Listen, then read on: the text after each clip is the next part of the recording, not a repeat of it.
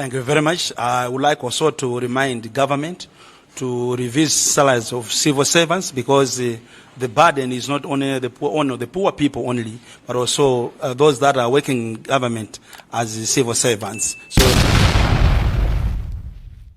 thank you very much. Having reached that, allow me to go straight into the issues of the day.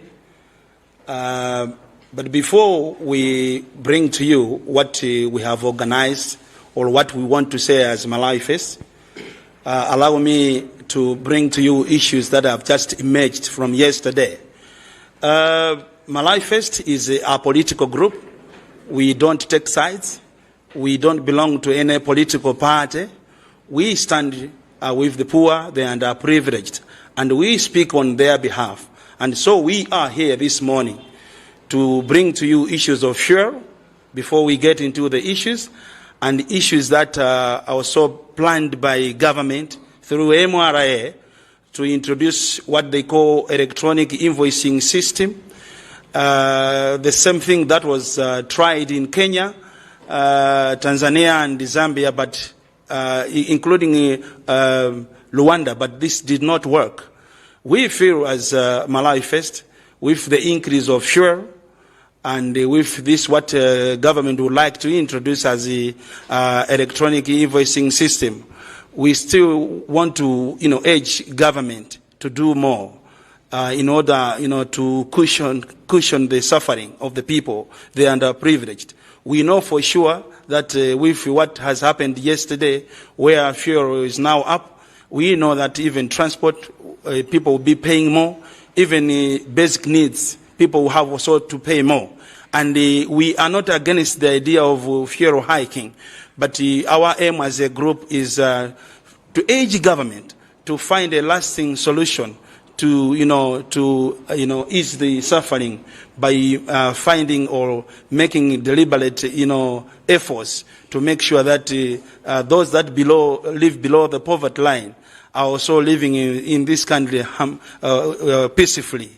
The other issue that we would want also to tackle is to do with what MRA is planning to introduce to to people that are doing business in Malawi, by introducing what they are calling electronic invoicing system, a system that will bring a lot of pain to both those that are doing business and to both Malawians. And we feel that government should take heed to revisit this, what they are planning, because in the end, a lot of investors who run from Malawi, who leave Malawi to other countries, which is going also to to destroy our economy, the ailing economy. We feel that it is too early for government to introduce what they are calling electronic invoicing system, which is allowing every trader to account for whatever he has or she has in his or her shop. We feel that's an infringement. It means government will be the ones having money, and the people will remain poor. So it is a concern, and we urge government, to take heed, and also to find ways and means on how they are going to, to cushion regarding the issues of fuel, which we feel going to impact badly, negatively on the lives of Malawians. So I hand over to you the mic to my colleague, Mr. Mpebo, to share the same views, but in Chichewa. Thank you. Before we get into the details of what we are here for this morning. Thank you. Amalawi anzanga komanso atulankhana amene tili malo ano, tisanafike kumutu wathu umene watibweretsa malo ano. Ife Malawi Fest taonanso kuti ndi chinthu chopambana kapenanso kuti chofunikira kunati tiyambenso tapanga address kapenano kuwafunsa anzathu aboma pa chinthu chimene chatuluka dzulo, chimene chatutumusa Malawi. Pa nkhani yathu yambiri tikuyang'ana nkhani ya fuel. Pa nkhani ya fuel pati mafuna kuti tidziwe kuti ndi ndondomeko zotani zimene boma layikidza kwa amalawi enu ake chifukwa tikuona kuna kuti fuel yanayenera kukwera ndipo ndizoona izi tinalekerera mbuyo monsemu enanso timabwera pompano kuwauza kuti mavuto a fuel amene tili nawo anayenera atakhala atakwera kalekale koma chifukwa cha ndale zimene ife Malawi First sititengapo za ndale koma timangounikira kuna kuti dziko lathu liziyenda bwino kodi apangapo zotani pambali pa zimenezo akufotokoza pa nkhani ya MRA imene akukamba za electronic invoicing system imene ndi njira ina imene ipinje kwambiri anzathu opanga malonda chifukwa njira imene ikayambikanso ikuonetsa kunena kuti anthu opanga business atha kugwesa business zawo pansi chifukwa iyapanga iwo wa force kunati sakwanitsa ikuapanga force kuti azizalipira katundu wawo moyambirira angakhale katundu asanagulitse kuzera ku MRA izi zili chomwechi chifukwa chona kuti tili ndi zitsanzo zoyenerera mdziko mwathu muno zimene maiko otizungulira akhalapo akuchita ku Kenya tinaonapo zionesero zikubwera ku Tanzania taona zimene zikukanika ku Rwanda adafuna kuti ayesere kuti zichitike zinapesanso kuti zakanika komanso ku Zambia zomwezi zachitika komano kuomba nkota mwa zonsezi timafuna tuone kuti kodi Malawi tikampasa zino ngati zimenezi amene apindule ndi Malawi iyo kapena anzathu amene ali mboma ndiye timafuna tipeze njira zoyenerera kuna kuti bomalo liganizire lisadayambe kupereka ndondomekozi kunzika za Malawi ku nkhani ya fuel tikayang'ana dziko lathu la Malawi likupezeka kuti lili ndi mavuto kale fuel anayenera kukwera mmene tanenera mucha koma mmene akwezera panopa wina aliyense ali okhumudwa chifukwa kukwera kwa fuel zikutanthauza kuti machesi soda sugar amene anali pa 5000 wakwera kale madera ena anali pa 80,000 lero lino kodi munthu akwanisa bwanji kuti akafikire mepo ndeti mafuna tizoti ndi ndondomeko zotani zimene boma lilikize pambali poti akweza izi komano fuel tikamuyang'ana ndi amene amanyamula chuma cha dziko lathu akukweza zino ngati izi zimene zipangiso kuti boma lomwero likuyesesa kuna kuti chakudya chikhale chosika mtengo pameneno anthu oti akapeze chakudyacho agulisa anthu ofutikisisa akuyembekeza kukagula zinthu zamokwera akuyembekeza kukwera matransport amenenso ali otani okwera ndeti mafunano kuti tingothandizana nawo kuna kuti kodi ndi ndondomeko zotani zimene angaziyike ndicho linga chona kuti munthu akumudzi amene timamuyimirira uchi amene adatika ife kuti kuza kuti maudindo ndi awa titumikireni uchi akhale kuna kuti ali pabwino chotero pamene tikupitiriza zabe ndizokambirana zathu ili ndi gawo loyambirira limene timangofuna kuna kuti as Malawi First amene sititengapo gawo kunkhani za ndale ife timayimirira amalawi tiyawunikire kunati concern yathu kapena chotikhuza chathu ndikupanga address mavutowa kunati Malawi muno wake boma limuganizire ezeko kwambiri ngatali paenaso kungwenjezeraso pamenepo timafuna nena kuti tudziwa kwathu tudziwa nena kuti kukwera kwa misonkho ya katundu osiyanasiyana kukupangaso involve kuti kukupezekaso mu kukwera kwa mafuta ndiye timafuna nena kuti popeza ku mafuta ako kuli timisonkho tina timene timamva kuti zina zimakhudzana ndi zamisewu zina zimakhudzana ndi zina zimene wangathe kufotokozera misonkho imene atachotsa imeneyoyo sikuti tingaone chuma cha dziko chikugwa iyayi mwachitsanzo ngati pali msonkho ku mafuta agalimoto okhudzana ndi zapansewu kudziwa kwathu tikudziwana kuti anakhazikitsa kale kutolera ndalama ku matogeti awiri Chingeni ndi Dedza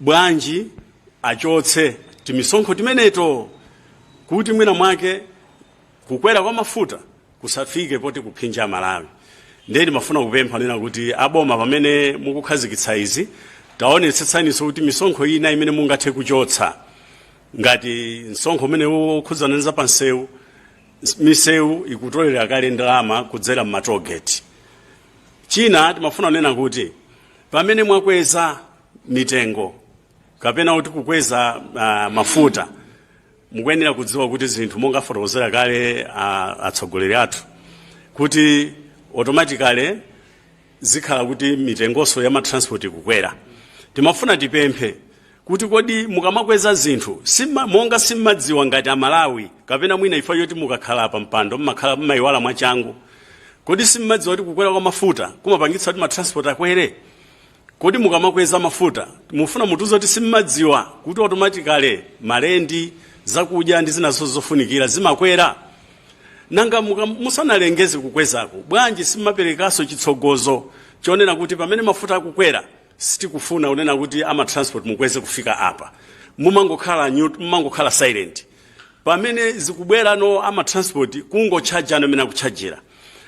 Nkhawa zathu kapena kuti chimene tufuna unena ife ngati Malawi First nchonena kuti mitengo imene yaingezedwa kuchokera dzana kufika lero imene tayendera ife ngati ine ndimachoka ku Mangochi ndi mitengo yokwera kwambiri kuchokera pa mitengo imene idakwera kale nthawi imene mafuta amasowa mdziko muno. Koma mafuta atayamba kupezeka, mafuta nkukwezedwa kufika pa 35, mitengo ija sinatsike.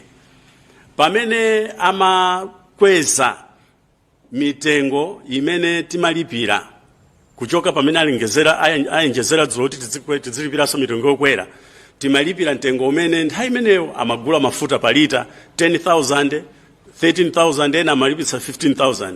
Nde adakweza mtengo uje ni wama transport kufika pa mtengo umenewo. Komano kuchokera nthawi imene DPP italowa, iboma ili litalowa nsatchuleso za DPP, itasintha ulamuliro utasintha, mafuta anayamba kupezeka.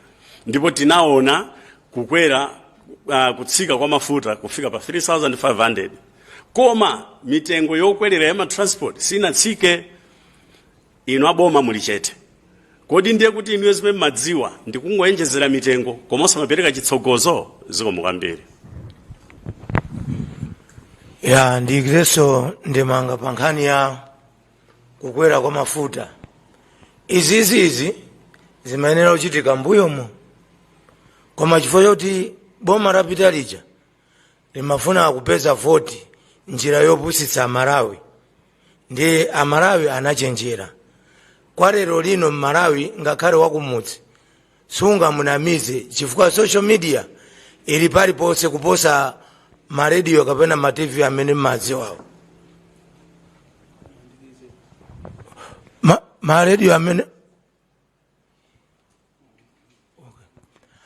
maredio amene madziwawa anthu pano pakumagawana mautenga masamba nchezo.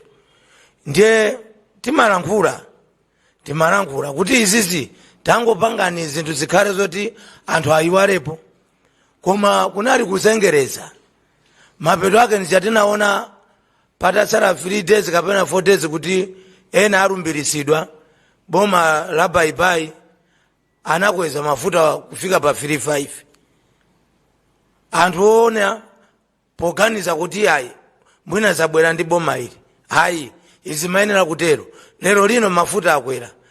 Ndikupempha Minister of Transport mubwere poyera mwatsimikizira Amalawi kuti ndi njira ziti zimene muateteze Amalawi kuti asafinyike. Chifukwa transport imene tikuyendera panoyi ndi ya mulingo wa 13,000 ali pa black market. Kodi nanga chonchi nkoyeneranso kuti ma transport akwere? Yankho kwa ineyo ndizosayenera.